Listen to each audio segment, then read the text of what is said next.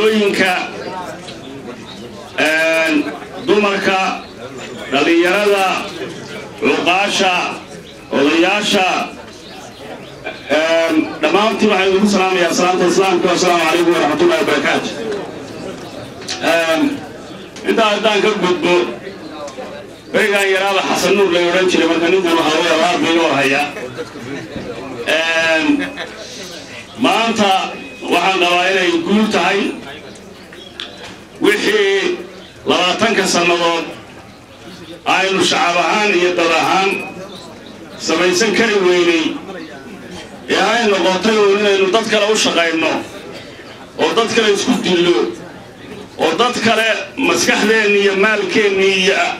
dhallinyaradeenna iyo dadkeenna ku hulinay inaynu maanta wax danaheenna halkan ku aasaasno oo tiina cid ku ogaano oo uga tagno oo lagu ilaaliyo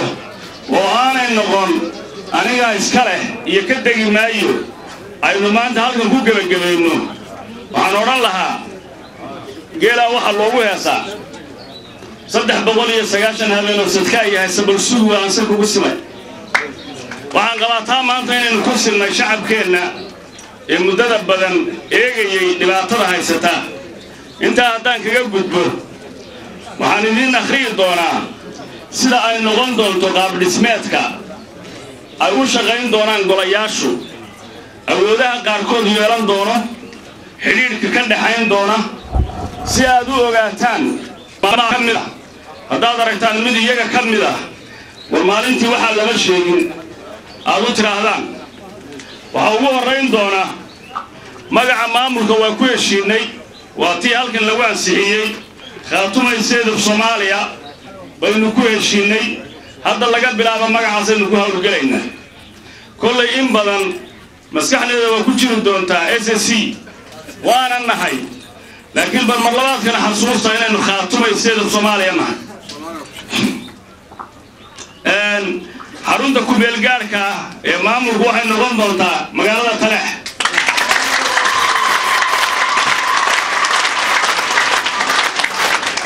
aan ku celiyo waa ku beelgaar intaaynu laascaanood ku noqonayno waxay noqon doontaa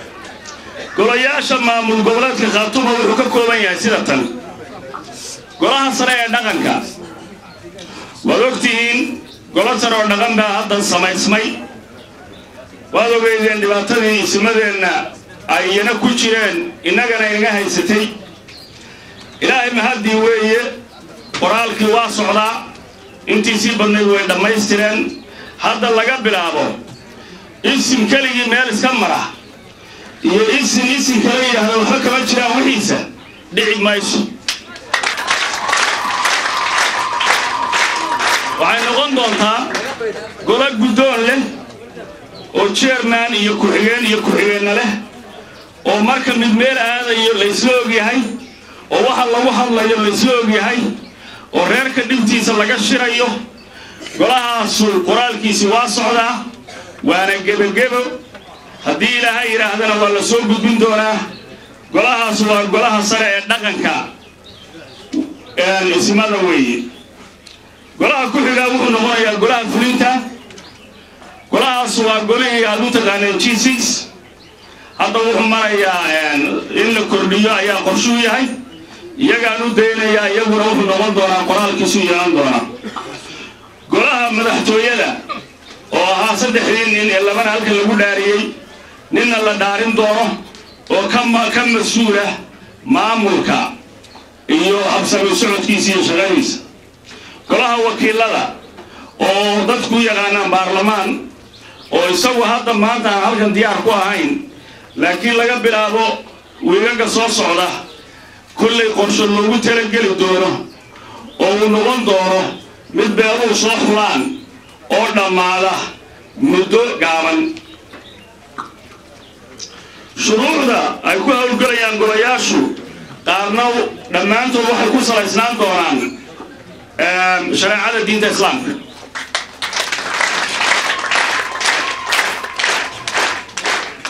shareecada diinta islaamka dadku waxay u yaqaanaan midhaa gamcaha iyo in la is-shasharo laakiin waxa weeye dee in xalaal la isku mehersado وحوي إلا يسمحوا وحلو يعني إنه وحي إسلام كسبية لا سمايو إسلام الله بحيو سلاسة محكمة هنا يو أي كل أي مارتي كل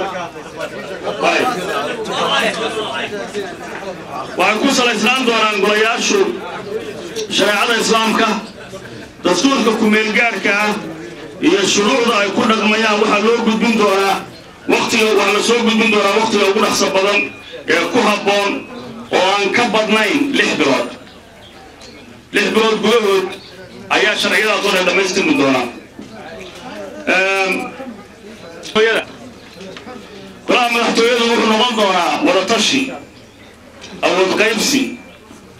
أو الغيبسي وحين كويشين اللي براب بينو لنا هذا ملهوينه وحكوا أن كويشين إنه الله ذا كان لا تشرب وأنا قاعد كلي قاري كريم إذا هو الرأينا يصح يجي كحلانته مركز الدخول يسوي مادان إنه كويشيان قامنتا إلك مدحتو يدو وحكوا صلاة إسلام دولتا ولا تشرب دوحة iyo gudoon milaysan oo hadii midna diido labana ay sax ugu muuqato waxa uu ka doontaa wax khalada waa inay guddigood kelmadda leedahay consensus waa inay isku raacaan oo gudoonsadaan hogaaminta xiriirka dawliga sida maamul goboleedyada federaalka hay'adaha caalamiga waxa mas'uul ka ah qofka marka madaxweynaha meertadaas haya ما صدق هذا وين لا راح يصير طبعا لكن هو تشرب شيء شركة قلها وسير هذا وحق بجو كنا هنا وبناء قلها مدحتوه هذا والله هذا من الكلام وحنا قدومين يا مدحوينا من الفراس هديه مغير هاي وحاله قفك من التلك وحية ما لا فهمتها قلها مدحتوه هذا وحككم نندونا اللي هو الساردود هي هايلا مدح بنان ودستوريا أود قلها مدحتوه محايا هون سامر قلوا هيدا وقصر رئيس مامورك خاطمه waxa hawlahooda ka mid noqon doona ansixinta iyo kormeerka go'aamada ay gaaraan golayaasha dawladda sida miisaaniyadda maamulka amniga deegaanka qorshaha horumarinta bulshada waxa kale oo awoodooda ka mid ah inay ku hogaamiyaan maamulka cadaalad sinaan wada tashi taasoo ku salaysan shariicada islaamka inay u hogaansanaadaan awood qaybsiga hay'adaha dastuuriga sida maxkamadaha golaha wakiilada iyo golaha xukuumadda waxaan u gudbayaa golaha wakiilada waxa ilaa hadda la isla gartay in golaha wakiiladu ay ka koobnaadaan 47 xubnood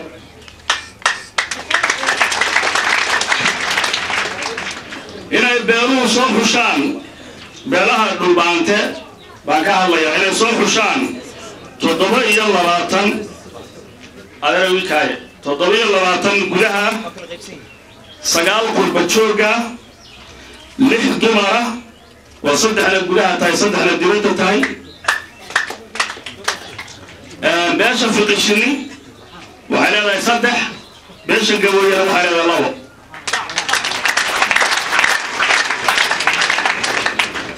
2 xubnaha golaha iyo shuruucda golahaas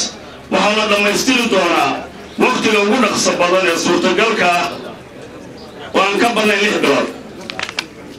waxaan ku noqonayaa in yar waxaanu sheegnay guddiga fulinta iyo madaxtooyada xiriirka ka dhaxayn doona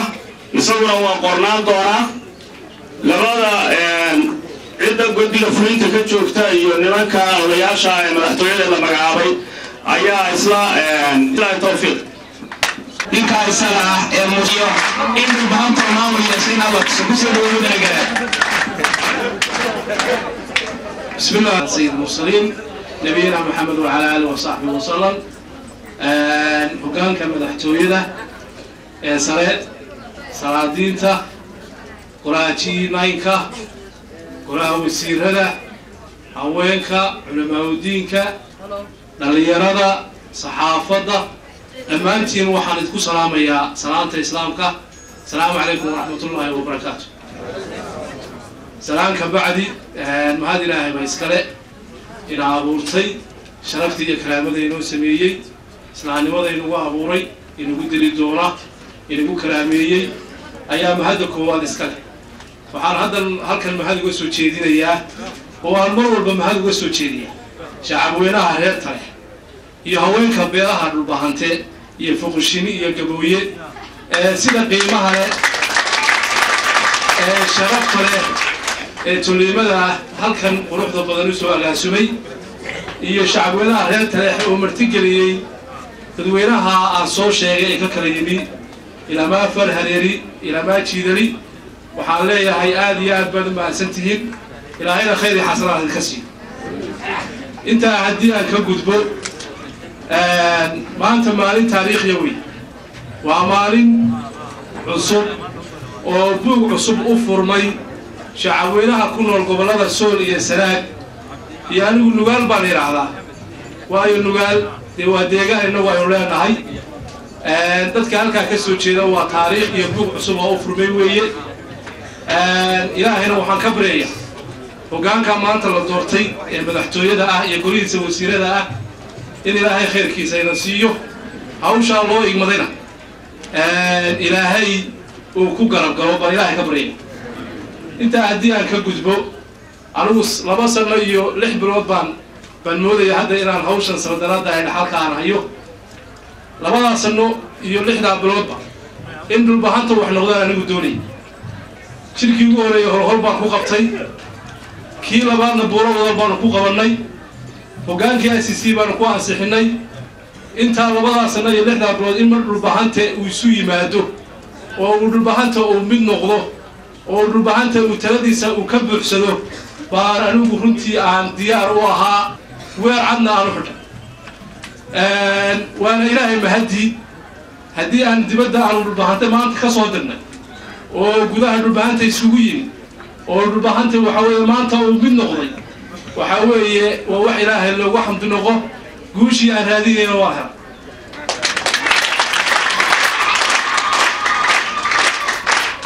وحاوي خاتوم والله حنكون قبل لندن ودكتين